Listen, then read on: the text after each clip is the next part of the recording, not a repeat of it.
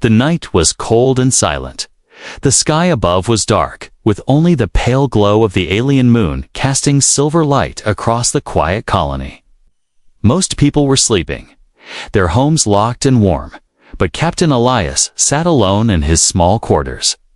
Staring at an old photo on his desk, it was a picture of him and his old squad.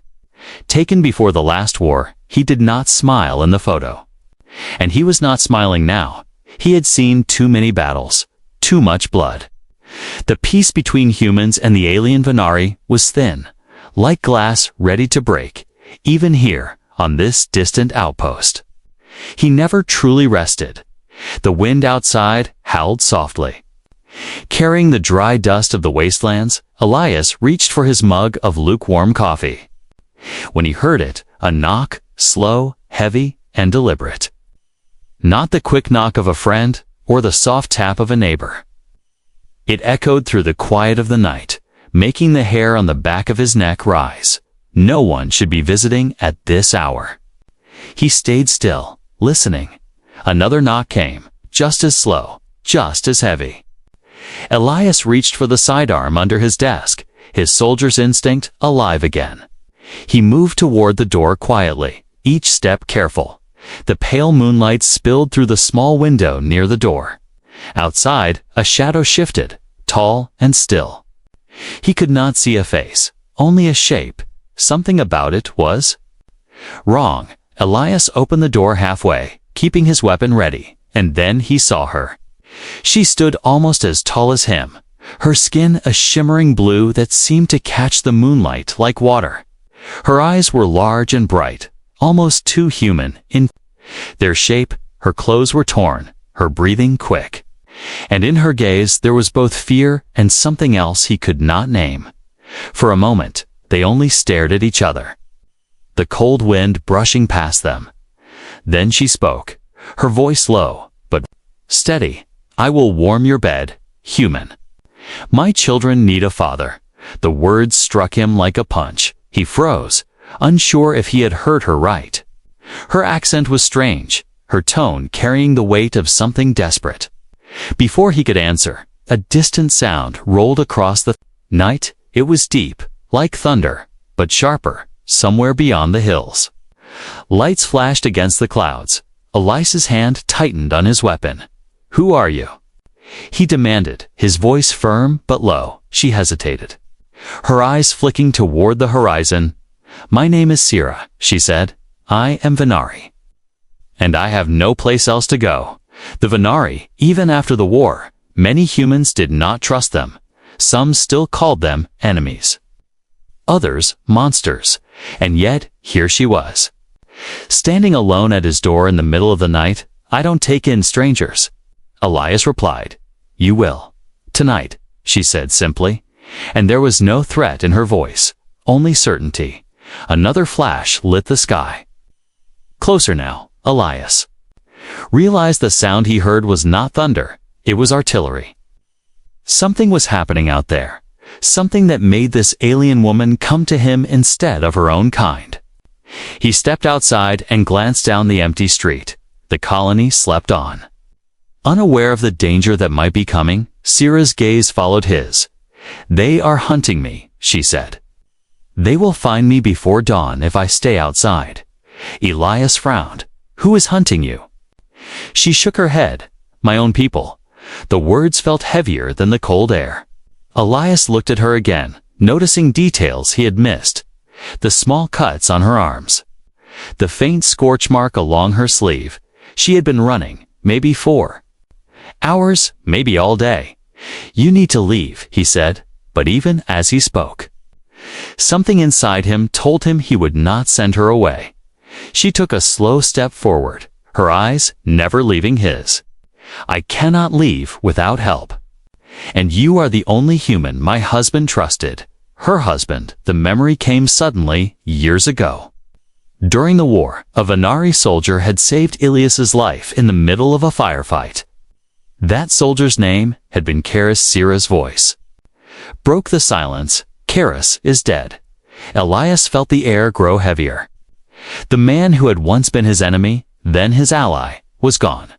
The woman before him was his widow, and somewhere out there, beyond the hills, someone was coming for her. "I have 2 children," she said softly.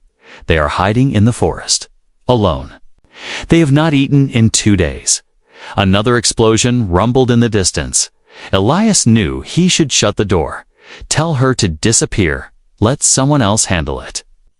But he also knew he wouldn't. He had a debt to pay, to Karis, to his own conscience. He stepped aside, just enough for her to enter. Sira moved past him, her eyes scanning the room, her shoulders still tense. Elias closed the door behind her, somewhere deep down. He felt it. This night was the beginning of something dangerous, and nothing in his life would be the same again. The small heater in Elias's quarters hummed softly. Outside, the cold wind whispered against the metal walls. Sira stood near the corner, her back straight, her hands clasped tightly in front of her. She seemed calm, but Elias could see the tension in her shoulders. It was the kind of tension a soldier carried when they expected trouble at any moment. Elias poured her a cup of water and slid it across the table. She hesitated before taking it, her long fingers curling around the metal cup. For a moment, neither spoke. The silence stretched, heavy and uneasy. Finally, Elias broke it. "You said your husband trusted me," he began, his voice low. "Yes," Sira replied, her gaze fixed on the steam rising from the cup. "Karis," Elias said. The name feeling strange on his tongue after so many years, Sira's eyes softened for a moment, then hardened again. "He spoke of you often," she said. "He said you were stubborn, reckless, and loyal." Elias didn't answer. The memory of Karis came back in flashes. The smoke of battle, the sound of gunfire. The sudden moment when the Venari soldier had pushed him out of the path of an energy blast. Karis had been badly wounded. But he had smiled anyway, telling Elias to keep fighting. That smile haunted him even now. Sira took a slow breath. "My people," she began. "Do not forgive easily." Elias leaned back, waiting for her to continue. "When Karis married me, he broke our laws," she said. "The Venari High Council forbids union with humans. They call it corruption of the blood." Her voice was steady, but Elias could hear the pain beneath it. "When the war ended, they promised peace. But for us, there was no peace, only exile." She looked toward the window, as if she could see through the walls into the darkness beyond. "We lived in a small settlement on the edge of the forest," she said, hidden, quiet. Until the hunters came, Elias felt a cold knot form in his stomach. "What happened?" he asked.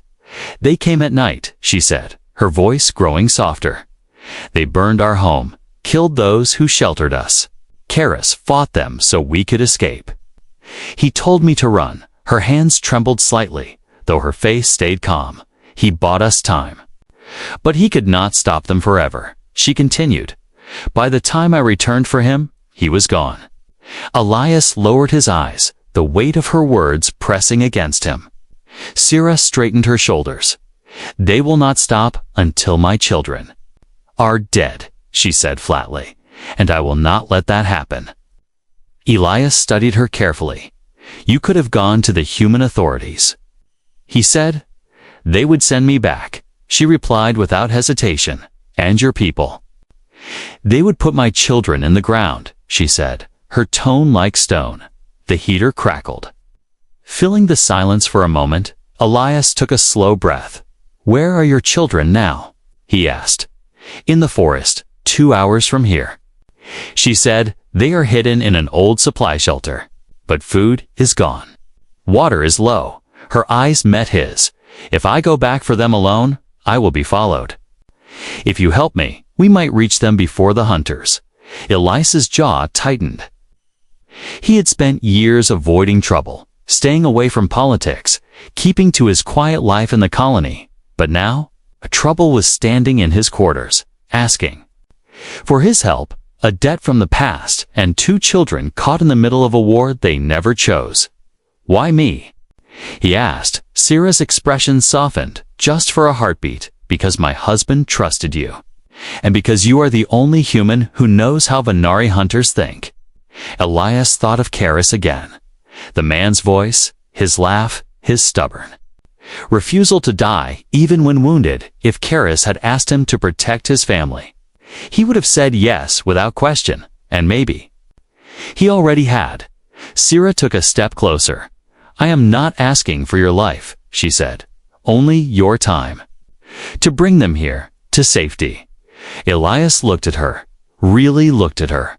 She was tired, yes, but there was a strength in her posture. A fire in her eyes, the kind of strength that came from fighting too long.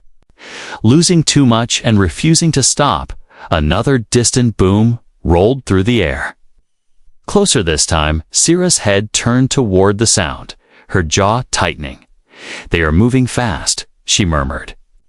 Elias knew then that the choice was already made. I'll go, he said simply.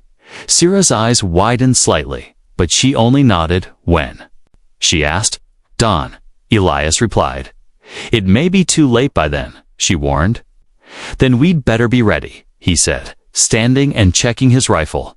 Syrah watched him for a moment, then reached into the folds of her coat, pulling out a small, metallic object. It was a pendant, round and etched with alien symbols. Karis's emblem. He told me to give this to you, she said, placing it in his hand. Elias closed his fingers around it, feeling the cold metal press into his skin. Whatever came next, he knew there was no turning back. Outside, the wind carried the faint hum of engines in the distance. The hunters were coming, and somewhere in the forest, 2 children waited. The hours before dawn passed slowly. Elias did not sleep. He sat at his small desk, the faint glow of the heater casting long shadows across the walls. Syrah rested in the chair by the door, her eyes closed, but her body alert even in stillness. She looked like a predator, ready to move. Elias's fingers traced the cold surface of the pendant she had given him. The alien symbols felt strange under his touch, yet they stirred old memories. Karis's voice, his stubborn grin. The moment he had saved Elias's life, back then, Elias had sworn he would return the favor someday. He never thought that promise would come in this form. The first light of dawn crept through the thin curtains. Syrah opened her eyes without a word. Elias stood and pulled on his jacket, sliding the rifle strap over his shoulder. You know the way? He asked. Syrah nodded. To ours, if we move quickly. Her voice was calm, but there was urgency in her eyes. Outside, the cold air bit at Elias's skin. The colony was still asleep. Smoke from chimneys, drifting lazily into the morning sky. They kept to the side streets, avoiding the main road. Syrah moved with the silent grace of someone used to being hunted. Every few minutes, she glanced over her shoulder, her sharp eyes scanning the rooftops and alleys. You always this careful? Elias asked quietly. Careful is why I'm alive, she replied without slowing her pace.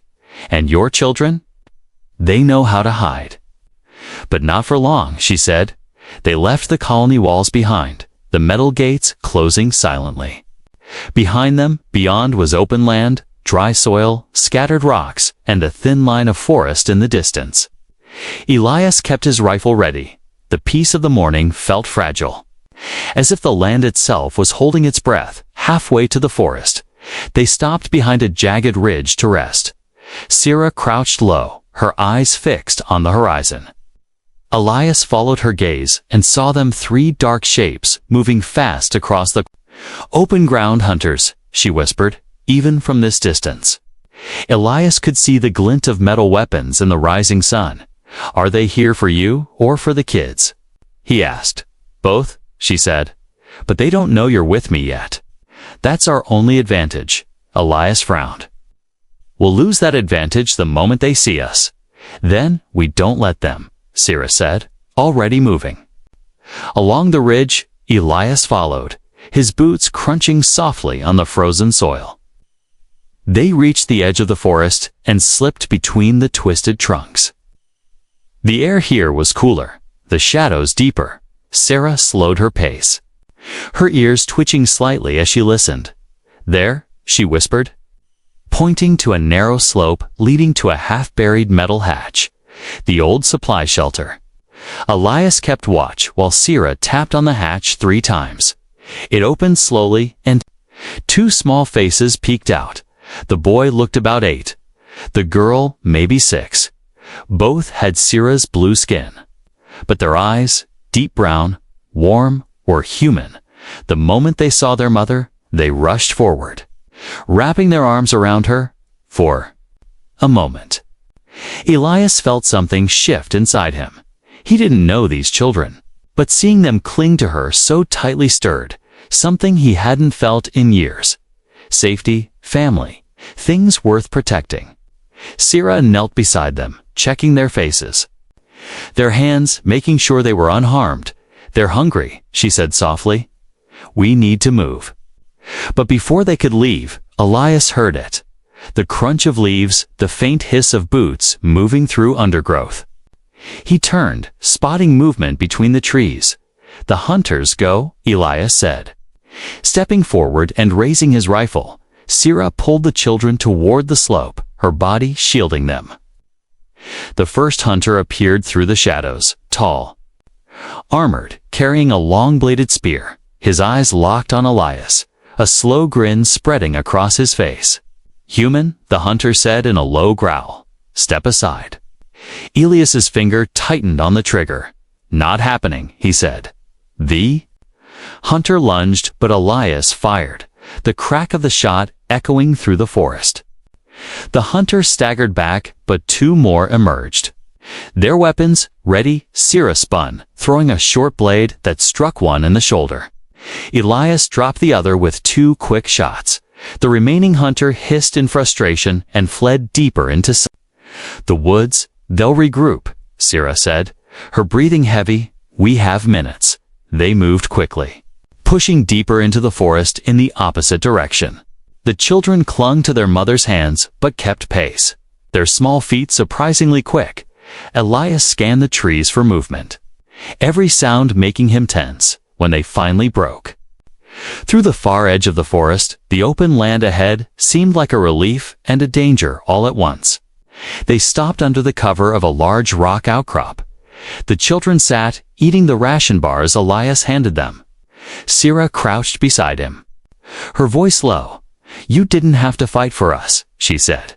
"Yes, I did," Elias replied without looking at her. "Why?" she asked. Elias kept his eyes on the horizon. "Because someone once fought for me." The sound of distant engines broke the moment. Elias stood, his jaw set.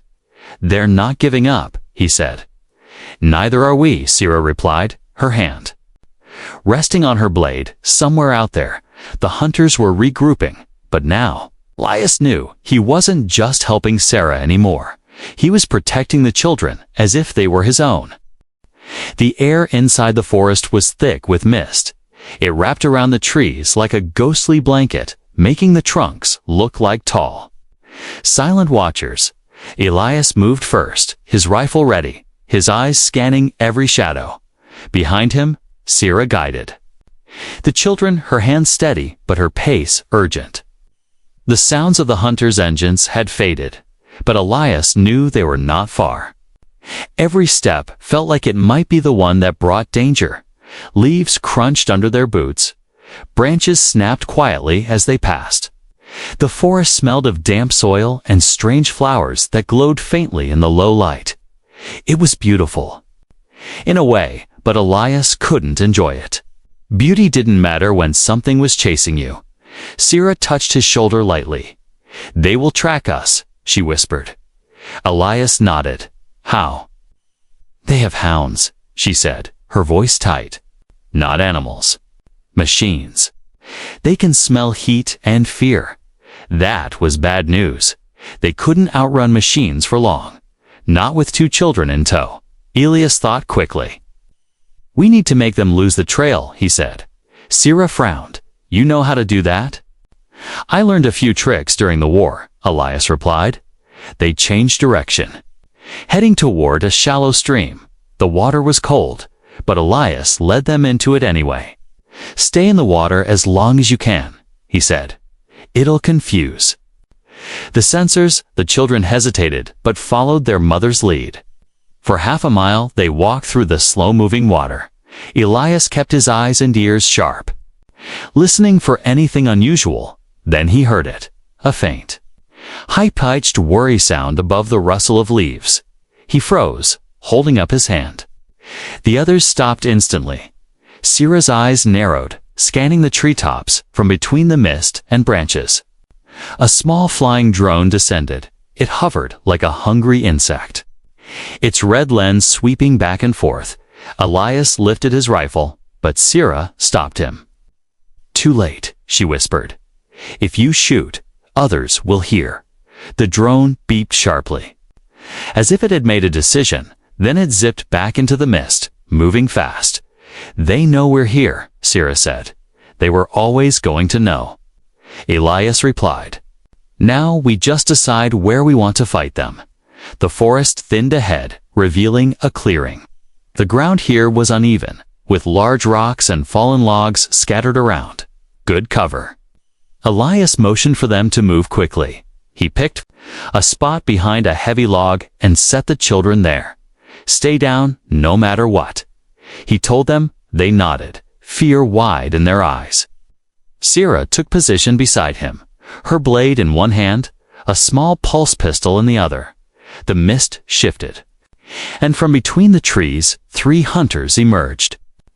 They moved like predators, silent and confident. Their armor was dark and patterned to blend with the forest. One carried a long spear, another a plasma rifle. And the third, the largest, had no weapon at all, just long, claw-like gauntlets. The leader stepped forward. Give us the children, he said in a deep voice, and you may live. Elias's jaw tightened. Not happening, he said. The leader tilted his head, as if amused. Then you die. He replied simply. The first shot came from the hunter with the rifle. Elias ducked behind the log, returning fire with 2 quick bursts. The plasma bolts scorched the bark where he had been a moment earlier. Sira moved fast, darting out from cover to throw her blade. It struck the rifle wielder's shoulder, making him stagger. She fired her pistol into the second hunter's leg.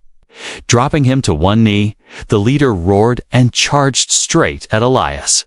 Elias rolled aside as the claws tore into the log, splinters flying. He fired point blank into the hunter's chest, the impact forcing him back, but not down.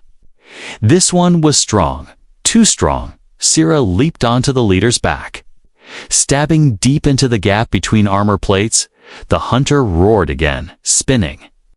Violently to throw her off, Elias took the chance to fire another shot, this time hitting the helmet.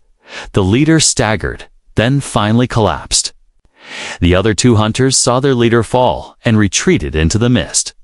Elias kept his rifle aimed until they vanished completely. Silence returned to the clearing, broken only by the children's quick breathing. Sira pulled her blade free and wiped it clean on the grass. They'll be back, she said quietly. Elias nodded. Not right away. They'll call for more. He looked at the children, huddled together. We can't stay in the forest, he said. Sira agreed. We moved to the wastes. Fewer places for them to hide. Elias checked his rifle, the magazine running low. He felt the weight of the fight they had just survived, and the one still coming. This wasn't over. In fact, it was just beginning. The children clung to Sarah as they left the clearing. Elias led the way, scanning the shadows. The forest behind them seemed to close in, swallowing the signs of battle. Ahead, the open land waited, silent and dangerous, somewhere out there. More hunters were already moving toward them, and Elias knew the next encounter might be worse. Night had fallen by the time they left the forest behind. The stars above burned bright. strange patterns in the alien sky. The wasteland stretched out before them, dry and endless. Sharp winds carried the cold straight through Elias's jacket. But he ignored it. The only thing that mattered was keeping Sierra and the children moving. They walked for hours, the children silent except for the occasional tired sigh. Sierra stayed close to them, one hand always resting protectively on their cant. And shoulders, Elias led the way, scanning the land for movement in the distance. The faint hum of engines came and went. The hunters were still out there, searching, finally. They found shelter, an old cargo station half buried in sand. Its walls were cracked, its roof partly caved in. But it offered a place to rest, inside. The air was stale, smelling of rust and dust. They lit a small lantern, its weak glow barely touching the shadows. The children ate quietly, nibbling at the ration bars Elias handed them. Sierra sat apart from them for a moment, her gaze fixed on nothing. Elias could tell she was thinking, maybe deciding whether or not to say something. When she finally spoke, her voice was low, almost careful. "You know why they want my children?" she said. Elias looked at her. "Because they're part human." She shook her head. "That's only part of it." Her eyes flicked toward the children, then back to Elias. "They carry something in their blood. Something the Venari High Council fears." Elias frowned. "Fears?" Sierra nodded. "Long ago, before the wars, there were experiments. The council tried to create warriors stronger than any soldier." Her voice dropped even lower. "They failed, but one line survived. Hidden among our people." Elias understood then. "Your husband?" Sierra's eyes glimmered in the lantern light. "Karis was one of them. Not fully, but enough. And when he had children with me, that bloodline became different." Elias leaned back against the wall, thinking it through. "So they're not just after you because of some law," he said slowly. "They're after them because they're proof." "Yes," Sierra said.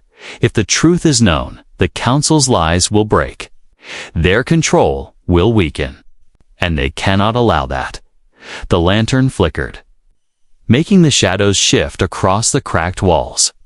Elias looked at the children, the boy staring at the lantern flame as if lost in thought. The girl leaning against her mother, eyes half closed. They didn't look dangerous. They looked like any children who had seen too much too soon. "Have they shown anything?" Elias asked. Sierra hesitated.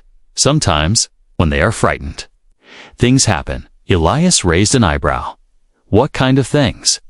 Her lips pressed into a thin line. "When the hunters first came, my son made their weapons fail without touching them.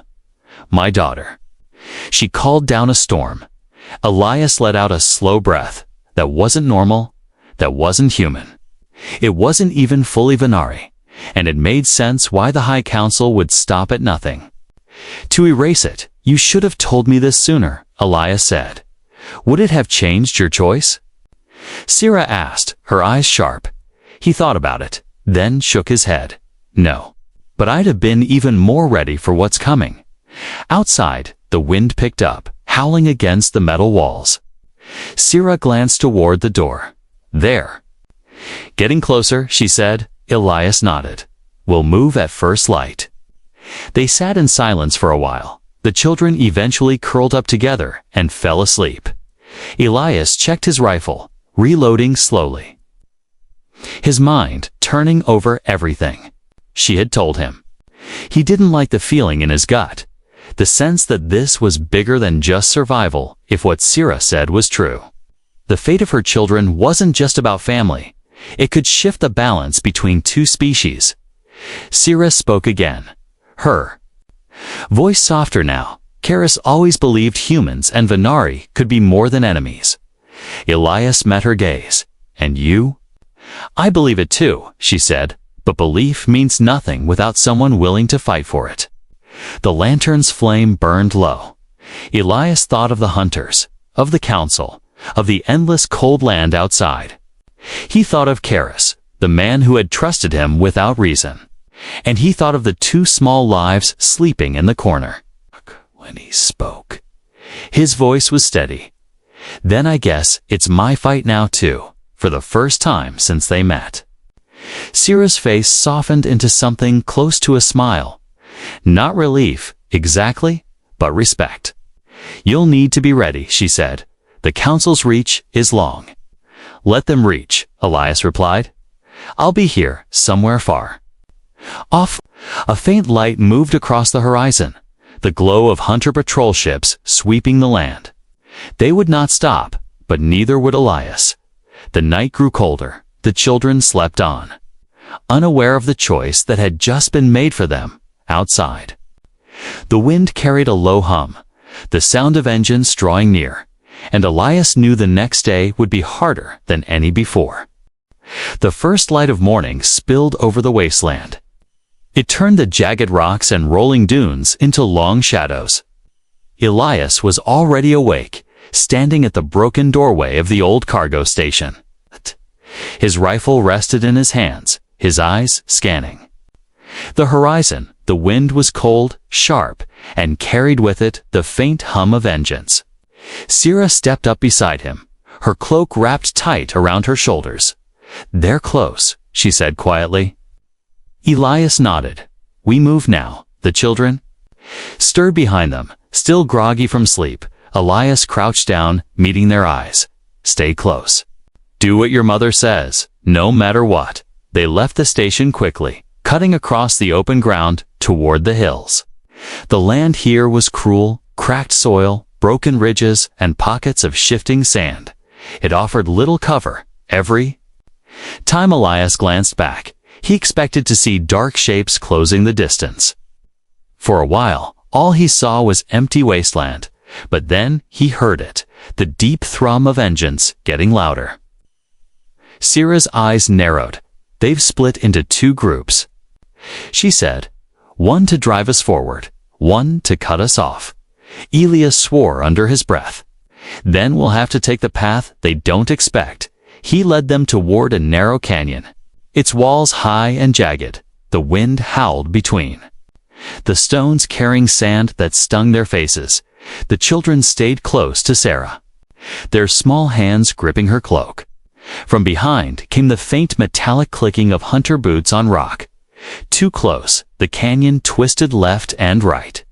The path uneven and dangerous.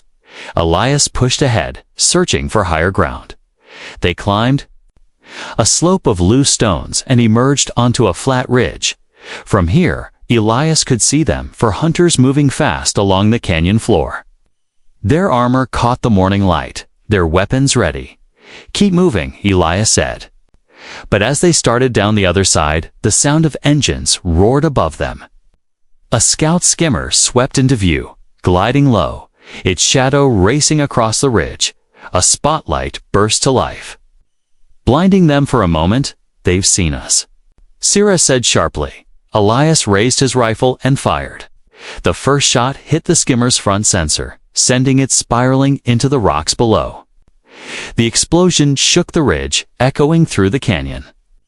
Sarah pulled the children forward, their small feet scrambling over loose stone. Behind them, the hunters picked up speed, shouting in their alien tongue. The chase became a blur of motion.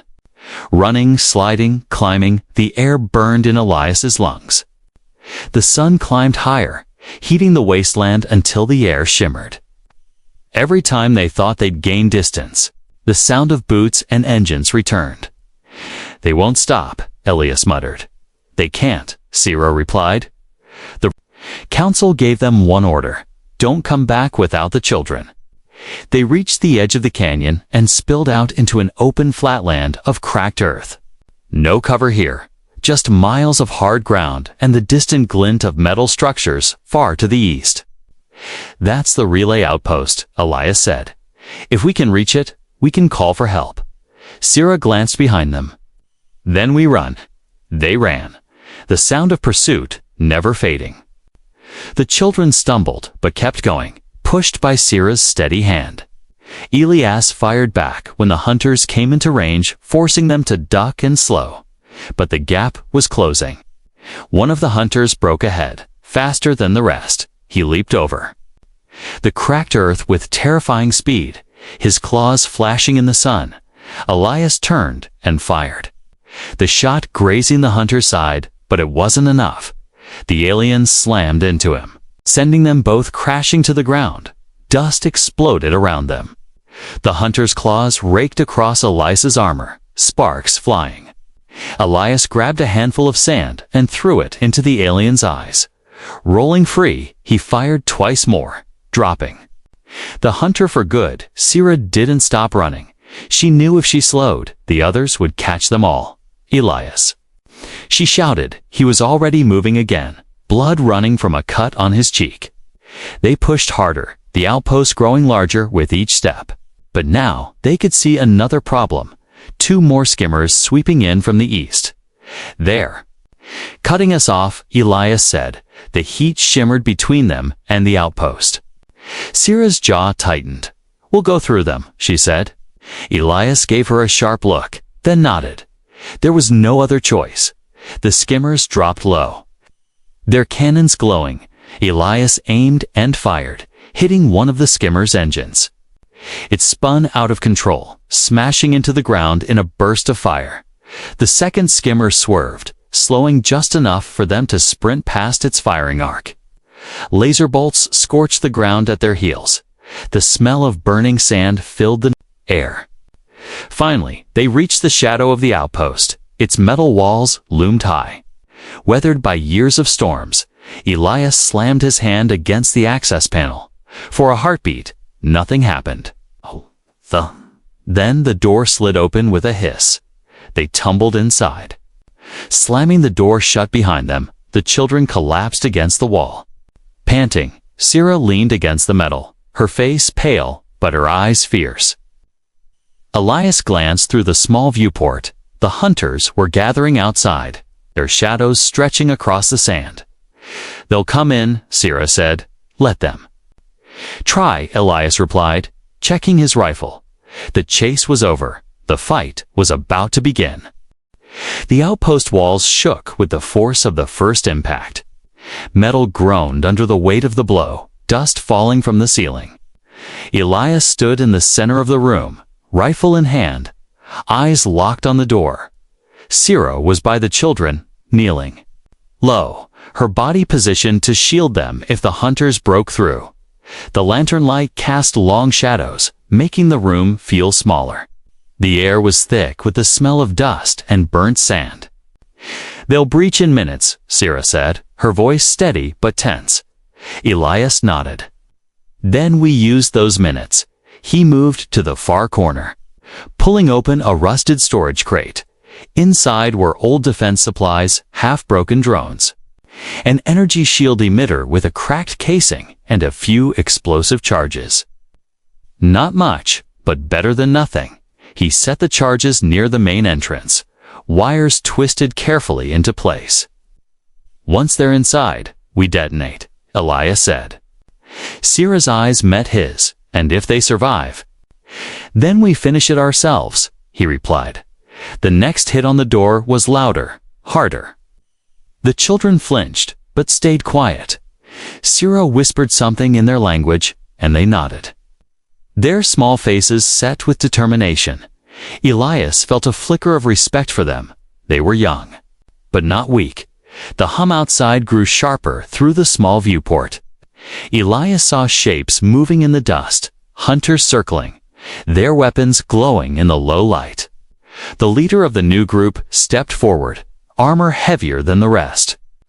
His helmet marked with the symbol of the Venari High Council. This ends now. The leader's voice boomed through a speaker. Hand over the bloodline and you may live. Elias smirked faintly. They always think threats will work, he muttered. Sierra's eyes narrowed. Della said, that'll make this easier. That'll make this easier. The door shuddered as cutting beams sliced through the lock. Sparks rained onto the floor. Elias took position behind a metal barricade. Sierra crouching low beside him with her pistol ready. The children stayed hidden in the back corner, eyes wide but unblinking. The door burst inward with a deafening crash. 3 hunters surged in. Weapons raised, Elias fired first, the rifle kicking. Hard against his shoulder, the first hunter fell instantly. Armor sparking where the shot hit, Sira moved like lightning, firing 2 precise bursts into the second attacker. The third charged forward, but the floor exploded beneath him as Elias triggered the first charge. Smoke filled the room. The hunters outside shouted, their language sharp and guttural. Elias ducked as plasma bolts tore through the haze. He returned fire, dropping another. The heavy-armored leader stepped through the smoke, his weapon glowing with charged energy. Elias fired at him, but the rounds bounced off the thick plates. The leader raised his weapon, aiming for Elias. Before he could shoot, Sira launched herself forward, driving her blade into the gap under his arm. The leader roared, swinging hard and knocking her back. Elias emptied the rest of his magazine into the exposed joint of the armor. The leader stumbled, then fell, the weapon clattering to the floor. Silence fell for a heartbeat, then the sound of retreat hunters pulling back into the wasteland through the viewport. Elias saw them vanish into the dust, leaving their dead behind. Sira leaned against the wall, breathing hard. "They'll be back," she said.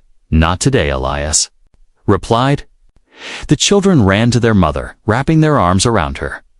Elias watched for a moment before turning to check the door. It was bent, scorched, and barely hanging on, but it had done its job. The fight was over for now. They stayed in the outpost until the sun began to set. Elias repaired the comms unit, sending a coded signal to the nearest human colony. Help would come, but it would take time. In the quiet, Sarah sat beside him. "You could have left us," she said softly. "Not my style," Elias answered. Her eyes studied him for a moment. Then she smiled faintly. "Karis chose well," she said. Elias looked at the children, now curled up together, asleep at last. "They deserve a chance," he said, "and I'm going to make sure they get it." The wind outside carried the faint hum of engines again, but farther away, this time, the High Council had failed tonight, but Elias knew their reach was long. Still, as he sat in the dim light of the outpost, with Sira and the children safer now, he felt something he hadn't felt in years. Hope. The wasteland was still dangerous. The war might not be over, but for the first time, Elias wasn't just surviving. He was protecting something worth living for, somewhere out in the darkness. The hunters would regroup, but when they came back, they would find a man who had nothing left to lose, and a family he would die to protect. The night closed in. The stars burned bright, and the new beginning had already begun.